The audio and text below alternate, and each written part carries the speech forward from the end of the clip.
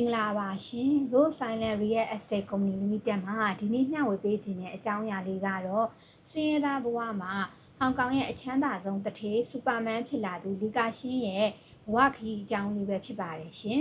အာရှတိုက်ရဲ့စီးပွားရေးလောကတွင်အချမ်းသာဆုံးပုဂ္ဂိုလ်များကိုအမည်ပြောင်များဖြင့်အမျိုးမျိုးတင်စားခေါ်ဝေါ်လေးရှိကြပြီးတော့အင်ဒိုနီးရှားမှာကြောက်မီသွေးဘရင်မလေးရှားမှာတကြားဘရင်ရောဘတ်ခုတ်နဲ့စင်ကာပူမှာ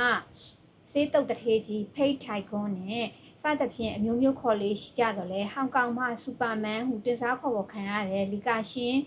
ကတော့၎င်းတို့နဲ့ဂုံတရင်အမွေဆုံးနဲ့အကျော်ကြားဆုံးဖြစ်ပါတယ်ရှင်။သူဟာဆိုလို့ရှိရင် CK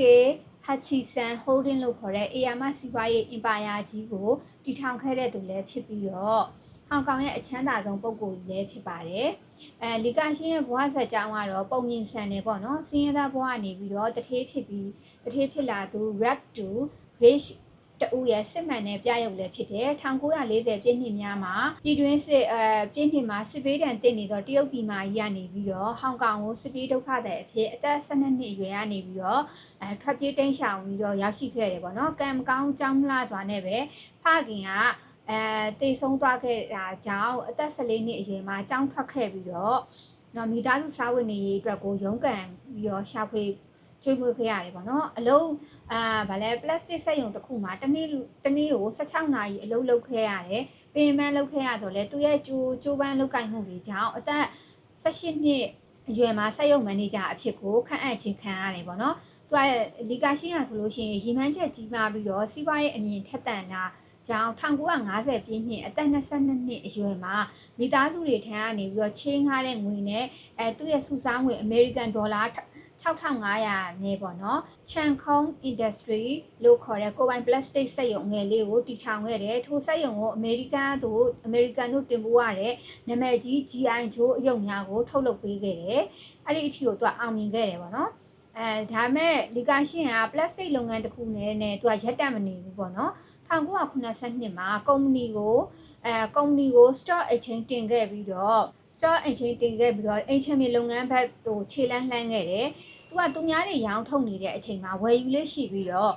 ဝယ်ယူလေးရှိရပေါ့နော်။အထူးသဖြင့်1968ခုနှစ်ဟော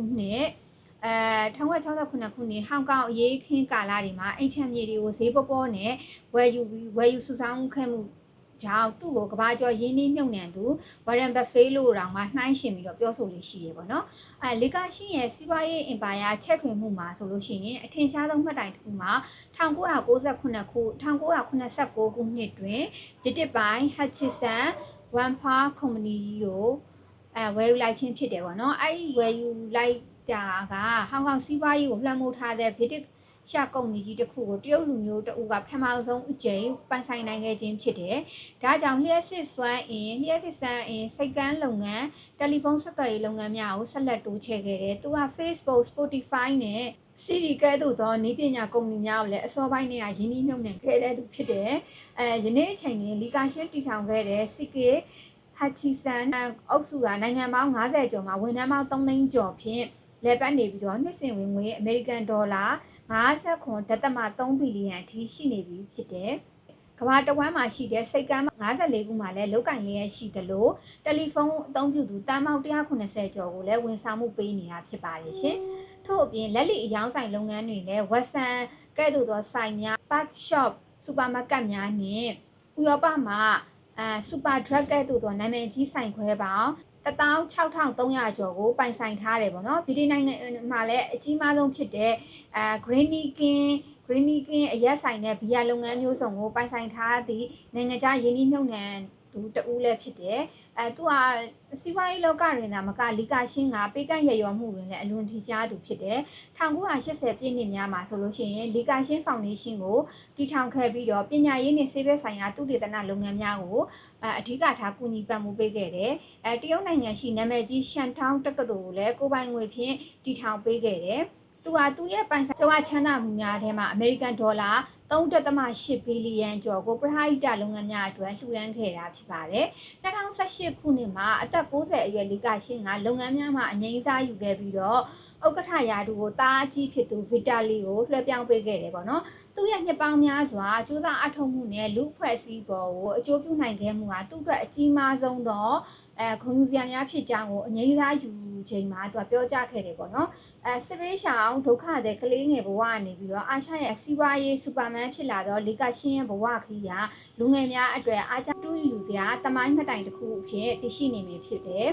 မိတ်ဆွေတို့လည်းအိမ်ထမြေယင်းနှိမ့်နှံတော့မယ်ဆိုလို့ရှိရင် Rose Island Real Estate Company Limited ကိုသတိရလိုက်ပါရှင်နောက်ထပ်အသေးစိတ်သိရှိလိုပါက Rose Island